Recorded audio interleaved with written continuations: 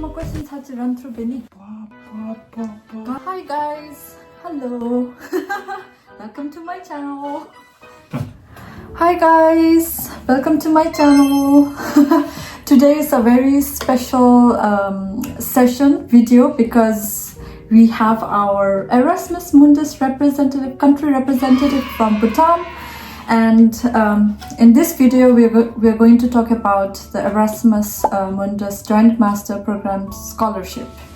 And if you are an aspiring candidate who is looking for some scholarship or who wants to learn about Erasmus Mundus Scholarship, then this is the right video for you. So, would you like to introduce yourself first? Very kuzampo to everyone. I'm Janga Basnet. I'm currently a student at University of Copenhagen. I also completed a semester in TU Dresden, and currently I'm in Europe, enjoying the vibes of a beautiful continent. Yeah. Yes. Thank you so much. And my name is Pema, and as you know, I am also an Erasmus Mundus scholar. Studying global environment and development in Copenhagen University, and I'll soon be relocating to Warsaw for my second year.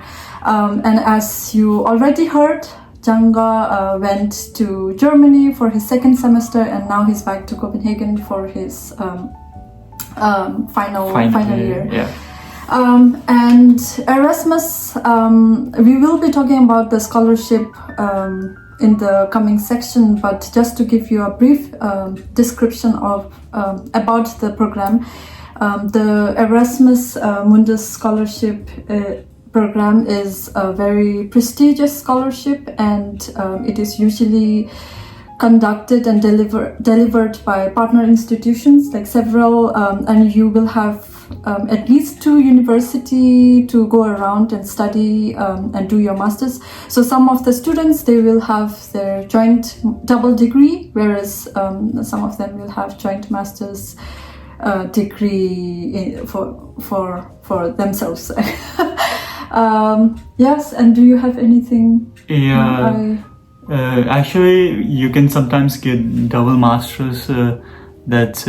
You'll get, for example, you'll get a master's from University of Copenhagen, as well as if you're going somewhere like Dresden, you might also get a master's in tropical forestry. So it's a more like a joint master's where within 2 years you will be getting double masters. Yeah, it's actually joint master. Yeah. Or sometimes if you're going to another university, if you say like 3 university during 2 years of your course, then of course you will be getting 3 masters, multiple masters.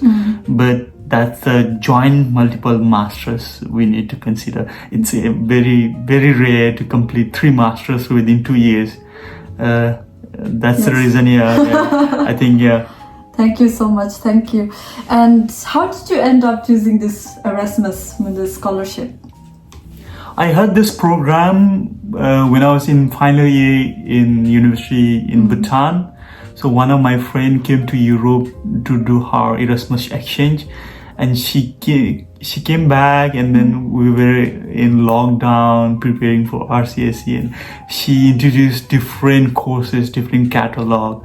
And I was so much curious, and because I had my 16th year of education in Bhutan, and I really wanted to explore the world. And I looked into Erasmus catalog, and there were lots of courses related to my field of studies, and I applied in Suphonama in 2021, but unfortunately I could not get it because I didn't have IELTS report, I must say.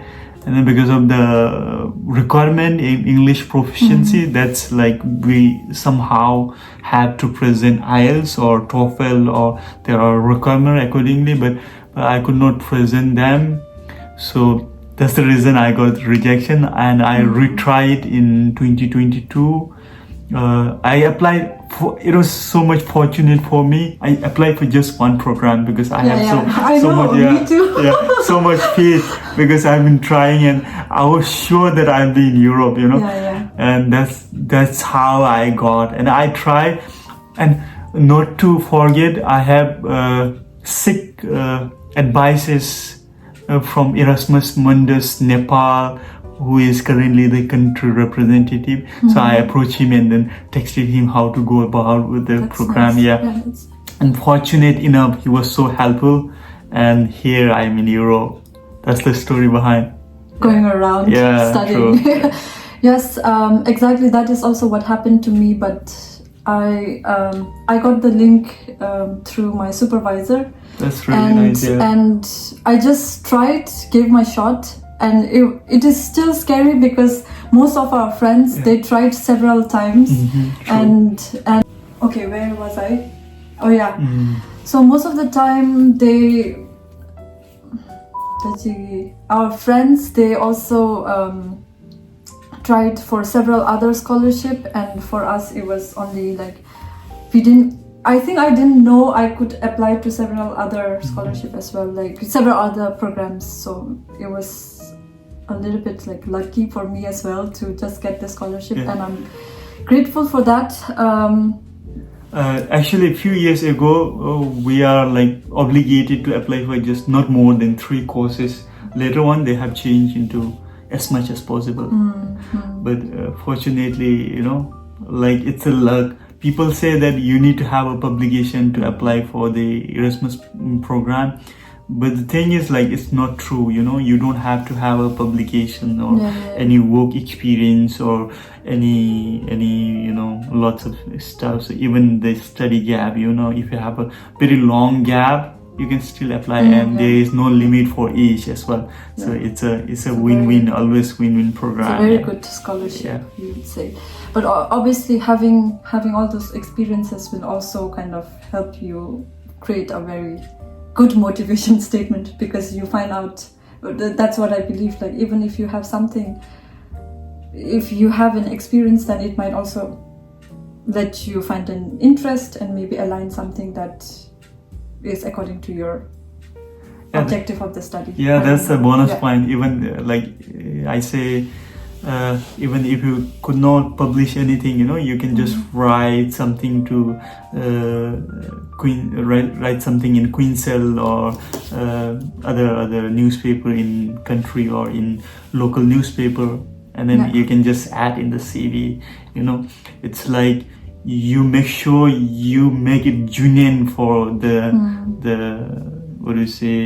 the people who assess your work or your motivation letter. They should feel that you're the right person, While we are on that, I kind of forgot the procedure, but should we also talk about the application process? How did we approach it, and what happened like during those process? Because I know we had a lot of discussion, and sometimes things didn't work out. But also before we actually met after the scholarship announcement, and he is my friend's brother. so then we decided to meet, and then that's how we found out we are going to the same university, and we are going to take we have that scholarship. Although we are taking 2 different programs. So maybe we talk about that, like how was it for you to prepare for that application? Well, I have like already all the documents. Before I talk about how I apply, it's important to make clear that what are the required documents or the thing that you need to submit. So firstly, it's important to check their website. First thing is like go to their catalog, screen all the pages and see which courses are relevant to you.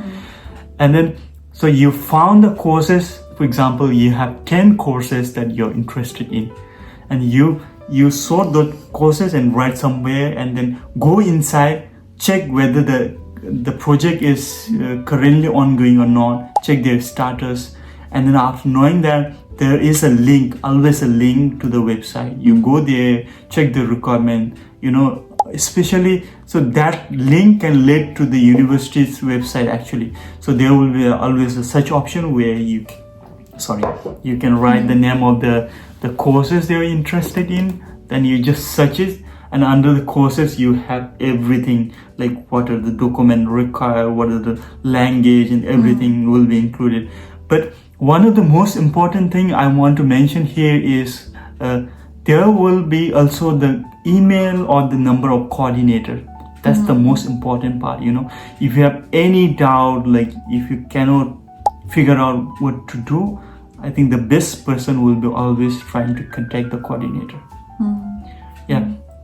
And so I got my recommendation letter from my university where I did my bachelor's, and after that I was working as a teacher in one of the remotest school in Bhutan, and the principal was so supportive. I asked recommendation letter and then he was so positive, you know. Okay, he said, okay, don't worry, I can provide one with everything you need, and I'm so much fortunate. And another thing is, like, we need to prepare a motivation letter, so that should be customized to the course, and also you have to align everything to the course, so that the supervisor or the person who is assessing your motivation letter will be like happy as well as have some knock on their ears, you know, and they will say, that's the one. Yeah, exactly.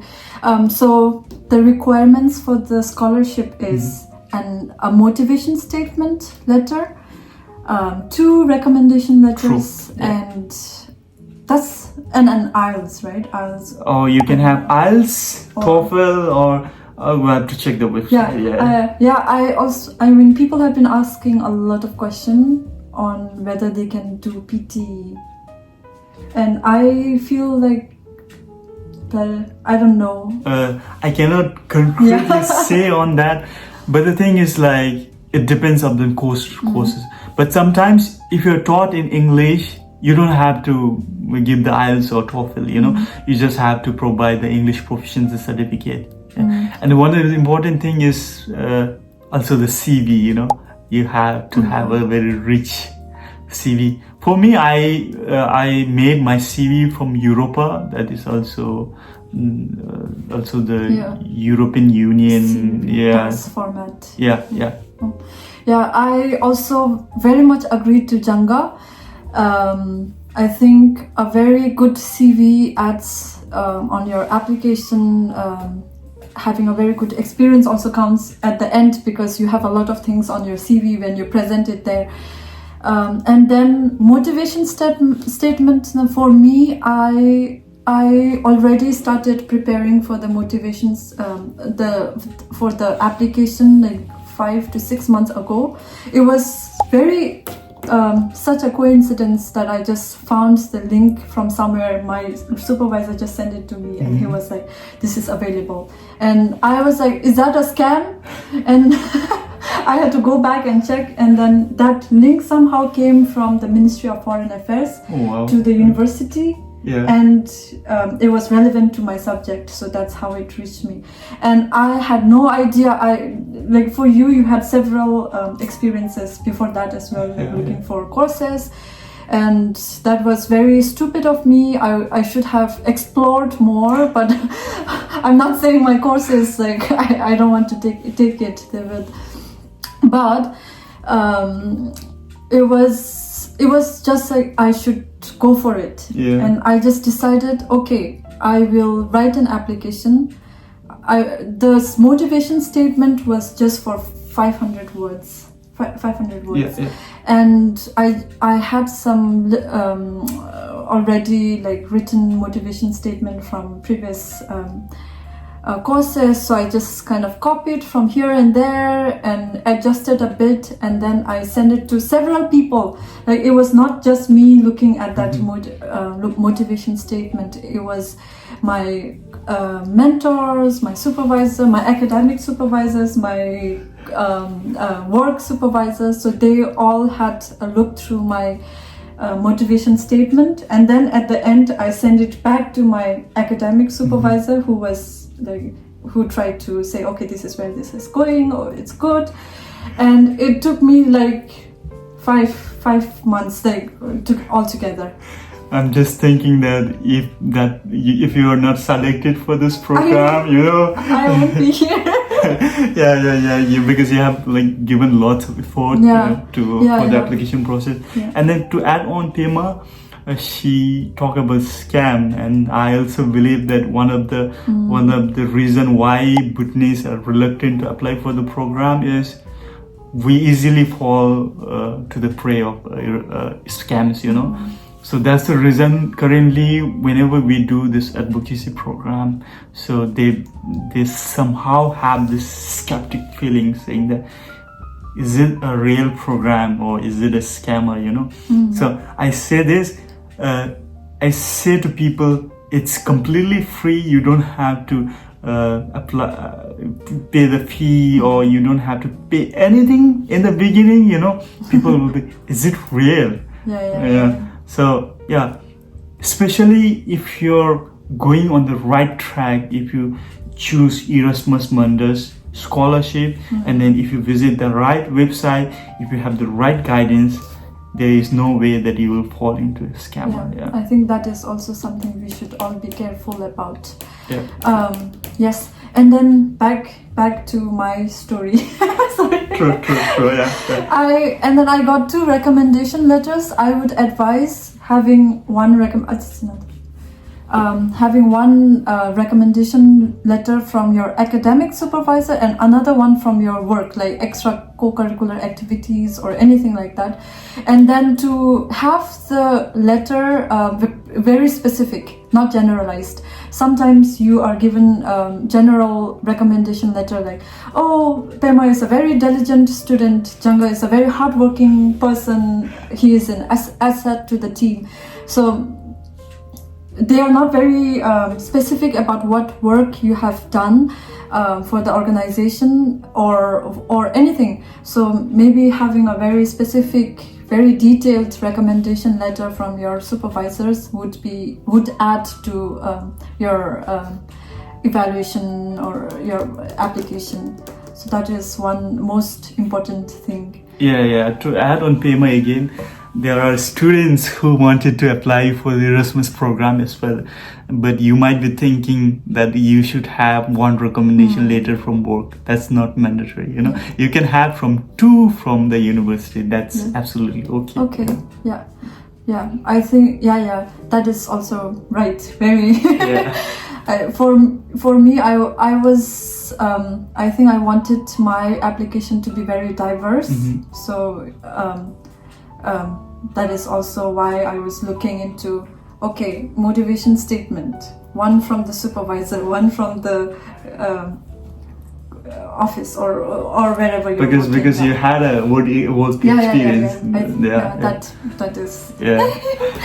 And to add on something on Famous, say if you're selecting a supervisor or a person who is recommending you, it's very important if that person is someone who is more renowned, whom we can search in the Google and find the person, Exactly. So it will be much easier.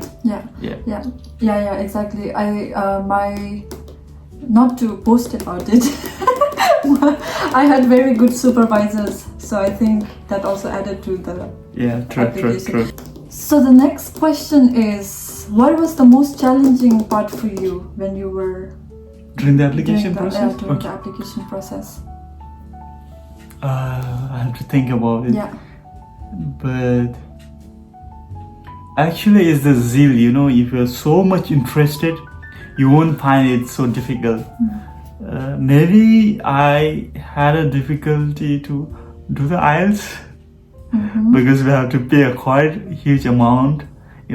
Back then, paying less than 20,000 Bhutanese Nultrum, it can be a great amount. Exactly. Even I had some challenge while writing my motivation letter because I was doing for myself and I was doing for the first time, And I'm not really sure is that the right way because we hardly had any guidance on it.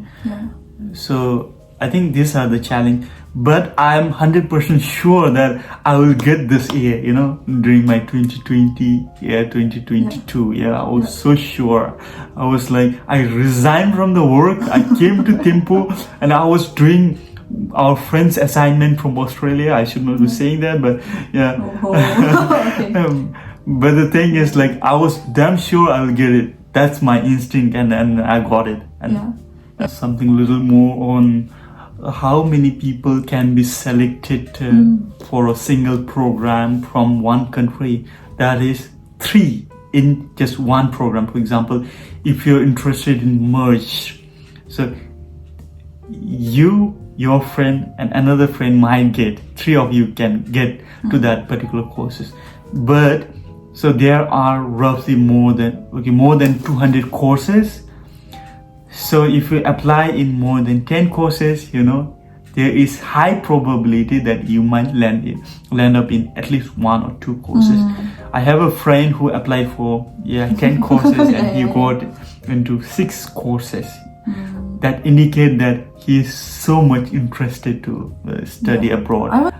And then I want to point out the experience that we learn in Bhutan. We learn a lot in Bhutan, but the thing is, like, equally, the international education is most important. You have more exposure, more experiences, how to deal with people, how to talk with them, everything. Like, so we come from very small country. We are up to ourselves, all the exposure and everything is what we have seen within Bhutan.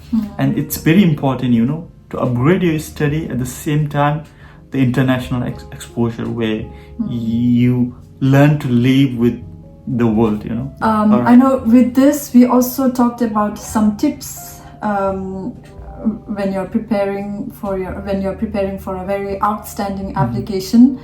We also talked about maybe some difficulties that we faced. I think one of them also include getting the residence permit, the residence letter from professional residence letter from the city, from Bhutan. We needed residence proof.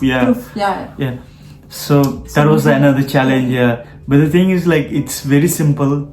People might not know about this because they are not used to giving the resident proof to the student, but that's one of the requirements after getting a scholarship. And that's very simple actually. If you go to Thimphu Thomde and go to Thokpa, they will be happy to provide. Even if you're living in some Gyeok, you just go to Gyeok office. But the thing is, like, it's always good to have your own document ready. You just say this is just for the educational purpose only, not beyond that. Then they will be more than happy to provide the resident proof. We also shared about this we have a Facebook page, Erasmus Mundus Bhutan, and we have been uploading some information there, and we also talked about the residence proof letter. And we got the conditional offer letter from the university, and one of the condition was to present the residence proof. And we didn't know where to go. We went around asking the alumni, and nobody had anything like concrete to say. And then we just found out, okay, we will go to the Thomde office, or I think the Gyeok office also works.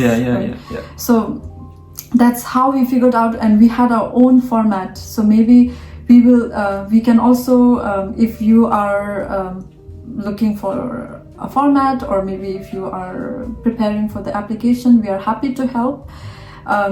We will also maybe share the format, right? Just to keep it ready, and then go to Thomde office and be like, we need it.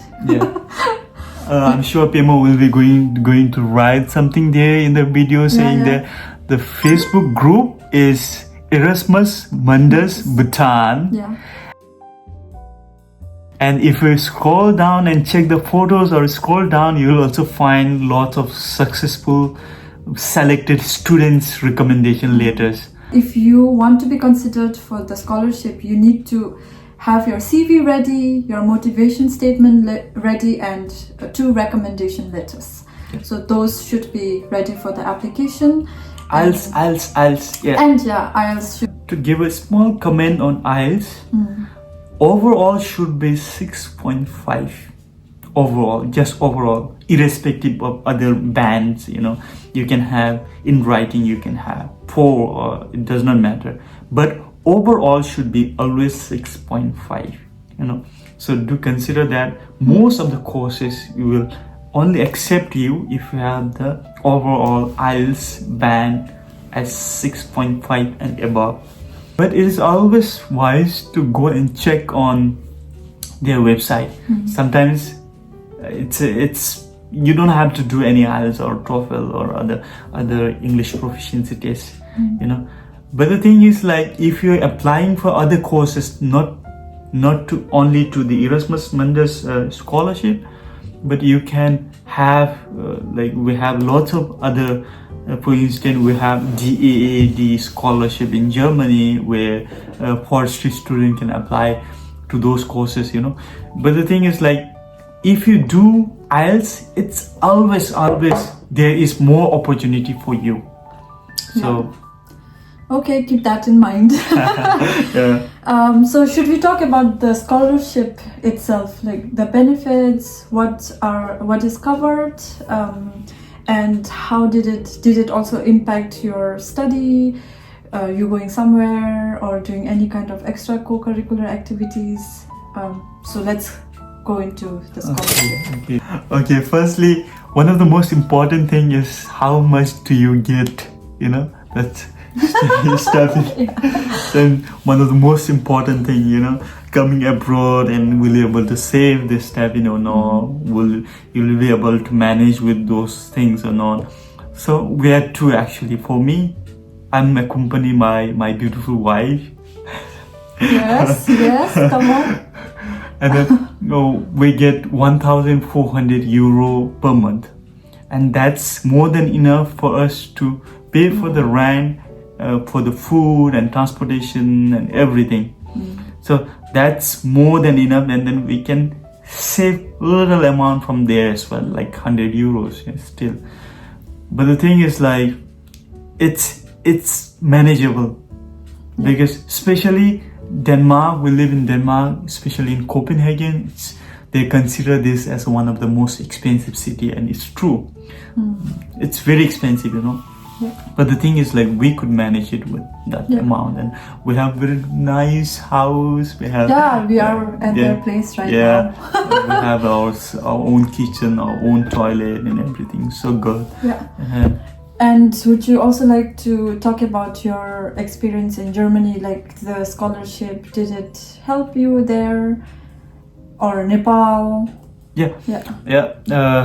We had a field trip in Nepal, and all the expenses, traveling and eating and sleeping and everything was covered, So if you get a scholarship and then come to Europe, and you might also get a chance to go to Africa or Latin America or Asia, or so many different continents. So the scholarship also comes with that benefit. So you could do a field trip with that. And like Janga said, Copenhagen is very expensive, but that amount is manageable. Yeah. And it also depends on where you are studying. For example, some of the countries, they are very the living standard. Living expenses is not that high, so that is also one contributing. Yeah. I'm sure those people who are single, they could save a lot, because I've been traveling a lot, so that is also one benefit of. I have lots of single friends, and when I check their bank balance, they're huge, and they have got a lot. No, but one of the sad thing, is you don't have a company. You are enjoying. You guys have Yeah, exactly. I think we have you guys. But there are a lot of challenges true. when it comes to coming out. And I found out very late that everything can be done So that is also, and then after coming here, it was like, maybe you need someone to rely on, because it was getting very, living away from home, away from your parents, it was getting very, very, very, very isolating and lonely. And sometimes out of nowhere, you would just be crying because something didn't work out well, or you're just alone in the room, so you just cry. And I feel that is, I can feel you. Thank you so much. They have been playing a very crucial role in my stay here, and now I kind of enjoy my staying alone or going somewhere alone or doing stuff. I feel like I'm also growing. But that is also because they are here, they are here, and that their presence makes me like, okay, somebody is there. So that is also, so if you're really someone who wants to grow or who wants to be independent, that is also good. If you also have someone, there is also option to bring your partner like Jangge and earn a lot of money, But also, I mean, that also gives you a lot of time to study or just focus on your... It's more supportive having a spouse here with us, As non-EU students, it is also difficult, and the reason we are here, we are studying, but we also want to maybe make a little bit of money, and that is also possible. Definitely it depends on which country. But so far we had a very good experience in Copenhagen. Another challenge can be sometimes a language barrier, and especially in Europe. So if you do not know their language, I'm sure we don't know. But the thing is, like, especially the big cities like Copenhagen or in Berlin or in Warsaw, you won't have difficulty because most of the people, it's a central location, and then they speak English. But if you go towards a little far from the city, they might not speak English, but you'll figure it out. But I've not been to Warsaw, so I don't know if they speak English. But Copenhagen is very international, and even though they prefer having like Danish language, it is still like easier for us to navigate our life here. And maybe would you like to talk about the residence permit, or is that relevant? So the first thing is, like, once you go to any city in Europe, what you have to do is go and do registration for the city. We call it city registration. And after that's done, before coming to city registration, I think it's important to talk about housing. It's very difficult to get a housing. Especially in Copenhagen, we had this challenge, but if we go to other university, we have the challenge in Warsaw as well, right? But if you go to Germany and other university, most of the universities provide student dorms. But there are universities which do not provide, and then here the students struggle to find a good accommodation. And we had this problem, and then we have been trying to search house in different Facebook groups and so many stuffs, online stuffs, and some of our students are also the victim of scammers, and they paid for the deposit and then they don't provide. They are the scammer, and then they steal their money and they're gone, So those things exist, but once you get the house, you'll have the housing contract, and with that housing contract, you have to go to the city for the registration, and then sometimes it depends on which country you're going. For instance, in Copenhagen, it's very easy. Once we have a housing contract, we just have to go online and then apply all the procedure. We have to apply and then put all the documents. And after 3 weeks, they write a mail if there is any missing documents, or if you're okay, then they'll just ask you to book an appointment, And then you book an appointment, you go there, you get the resident permit. That's silly. It's very simple, but it can be also tedious, sometimes you don't know how to figure it out. And that's why we are here, we are very excited. We are officially announcing this. I mean, it has been done over the past few months, but we would like to say that we have EMA Bhutan Facebook page, and it is very active. Yeah. I mean, not at the moment, but whenever we have like something coming up, it's like there's always something, and we try to Janga coordinated a very useful meeting just a few days before the new Erasmus Mundus Scholarship recipients came to Europe, and he had several like which place to go, like what bank to have, which is easier, you know, when you are an international student. So that was so we kind of organize these to help aspiring students or anyone who wants to maybe like consider this kind of scholarship in the future. So please follow that, follow the Facebook page, and if you have any question, just reach out to us and we will be happy to assist. And every year the students are increasing, and the probability, you know, so more diverse courses and more students with lots of knowledge and how to write a recommendation letter or motivation letter or how to make a CV, you know. So be the part of the group, Facebook group. It's a group, And if you have any question, you just drop in the chat box, and then there will be always some people trying to help. This brings us to talk about one of the most exciting moments, exciting part of Erasmus Mundus program. Maybe we talk about what is interesting about studying in two different universities. Remember, the Erasmus Mundus Joint Master Program, it can be delivered by 4 different partner universities. For example, a student goes to 4 different over the course of 2 years, and sometimes it can just be 2 university. Like me, I can and you as well, right? Yeah. So it depends on that. Maybe we talk about that, and maybe some of the networking opportunities or your fun moments or like any kind of cultural or academic shock, you know. Firstly, let me begin with the cultural shock, you know. So after coming to Europe, first thing is like we're so dependent with each other in Bhutan, you know. Like we were sitting on the bench and we are having a dinner together with lots of international students. And for us, you know, if you know students, you know, just 5 minutes before, we would say, can you pass the food that's on the other side of the table? Can you pass it? Yeah. But for them, it was completely different. They would just stand up, go there, serve themselves, and then come back and sit and eat.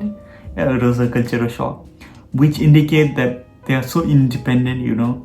One of the most important thing that you achieve as an Erasmus Mundus scholar is that you go to different university, meet the different people. You have so many international friends, you know, and you're taught by different professors, you know, and that's more broader. You're broadening your horizon, and you're having more knowledge and more exposure. And one of the most important thing is they will have excursions in different places. For me, I had a lot of mental and academic challenges. Mentally, I was away, and I was very dependent on my friends. I think so. Now that I look at it, I have been very dependent on them, and then I always needed someone, a presence, you know, just there, and I would just be doing my own stuff. And then recently, things have been different. I started to be more independent. I think I grew like mentally as well. Yes, I think this is it. We have covered the most important stuff, right? Like some tips, the requirements, and the scholarship benefits. So I think that is the most important part that we wanted to focus on in this video. do follow our page, be the part of Erasmus Mundus Bhutan. We also have WhatsApp group, and the trick is always apply for more than 5 courses. If you really, if you're really interested coming to Europe, and then feel the vibe, you know. Yeah. It's a very beautiful day today. Yes. Yeah. It is. Thank you so much for watching the video. Thank you so much, Jangge, for agreeing to be part of this. I wanted to make this video because it is not just us who is, enjoying the privilege, but also inspire other juniors or other young people who also want to be in this incredible journey that we are in. Thank you for sharing your insights.